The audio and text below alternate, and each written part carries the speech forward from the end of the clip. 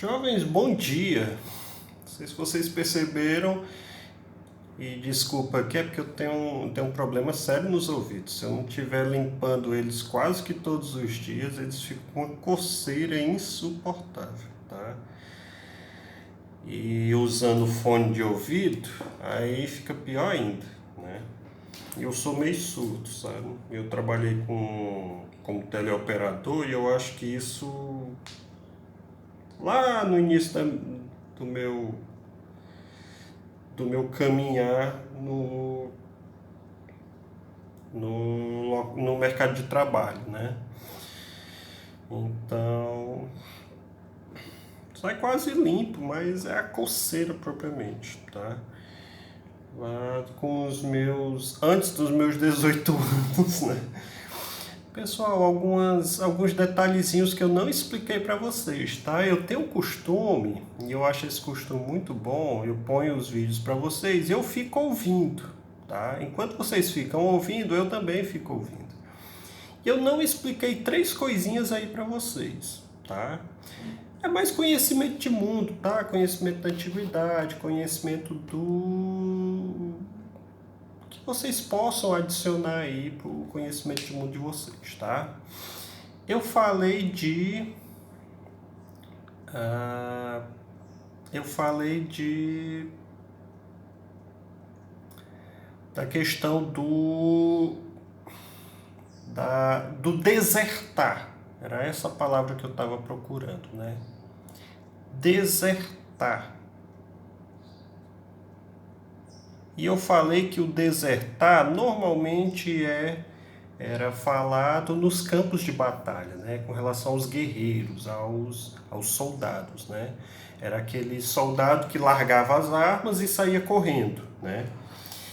Isso, gente, era uma das coisas mais deploráveis na sociedade grega, tá? Até porque a boa parte dos gregos propriamente, desses cidadãos gregos, boa parte deles eram soldados, ou pelo menos tinham sido soldados, ou pelo menos tinham servido ao exército, alguma coisa desse tipo, tá? Então desertar era execrável, era totalmente deplorável alguém fazer, tá bom? E eu falei para vocês que a pessoa, quando ela fosse muito golpeada nas costas e nada na frente, digamos, acabou a batalha, as famílias foram buscar os corpos, os amigos tal, e encontraram lá um corpo limpo, totalmente limpo, sem nenhum golpe aqui na frente e muitas vezes golpeado atrás.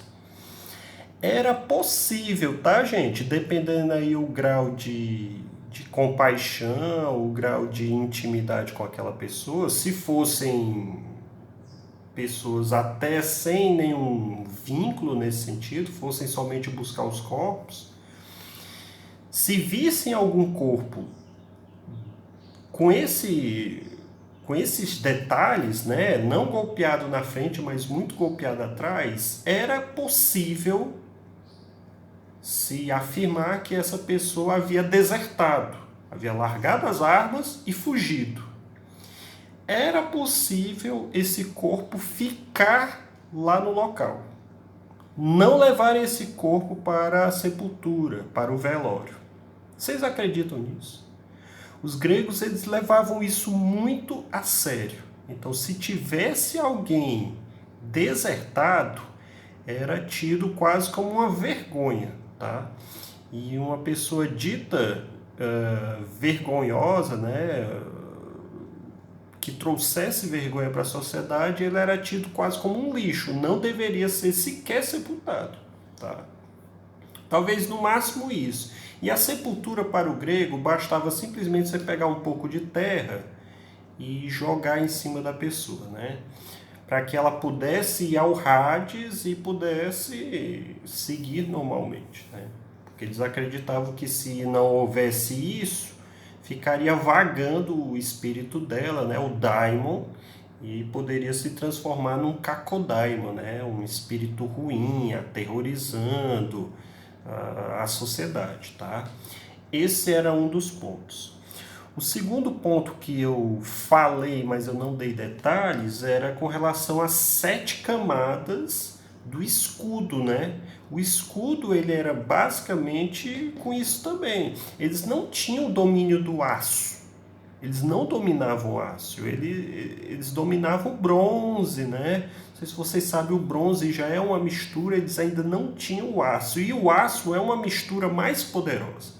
E eu não sei se vocês sabem, o bronze ele é mais fraco, bem mais fraco do que o aço.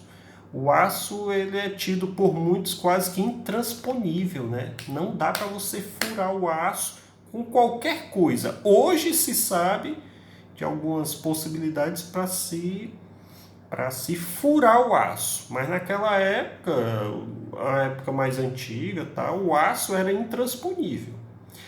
Nessa época aí dos gregos não existiu o aço, tá? Existiu o bronze, que era uma das camadas. Você tinha 7 camadas. Então você tinha um couro aí mais rígido, couro de animal mesmo, tá? Você tinha o bronze, eram 7 camadas. O escudo mesmo dos heróis,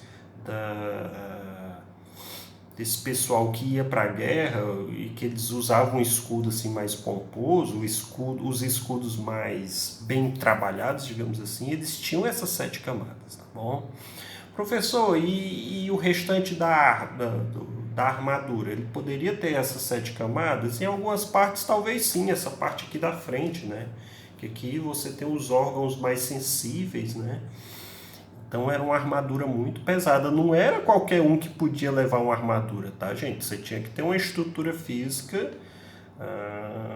poderosa, né? Por exemplo, qualquer um de nós assim fôssemos para uma batalha, certamente nós morreríamos muito rápido, né? Nós teríamos que ter um mínimo ali de astúcia com armas, saber levar uma armadura como essa, porque isso era muito pesado, tá? E as batalhas elas eram muito curtas, exatamente por quê? Porque você até para bater também, gente, o braço cansa. E para levar uma armadura como essa, uma armadura pesada como essa, então se você fosse sem armadura, você ia muito vulnerável, né? Então você tinha que levar alguma armadura e era peso. Coloque aí no mínimo aí uns 10 quilos, né? No mínimo. E se você levar 10 quilos no corpo, gente, uma hora cansa, né? E cansa muito. A terceira coisa que eu tenho para falar para vocês, eu falei de Kratos, né? E que Kratos não era o deus da guerra. Kratos era filho de Ares, né? Eu falei isso. Kratos deu a palavra cracia, tá? Por exemplo, de democracia. Demos, povo, cracia. Kratos é poder. Mas é um poder através do braço, através da força, tá? Que logicamente ele foi melhorando esse conceito aí e chegou até nós com essa palavra cracia, tá? Então, Kratos, cracia, todas vêm do mesmo radical, o radical do poder, tá?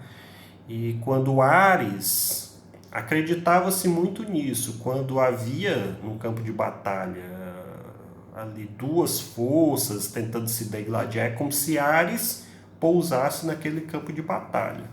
E ele iria com seus 2 filhos, né? Kratos, poder, e outro, tá? Muito curioso, que era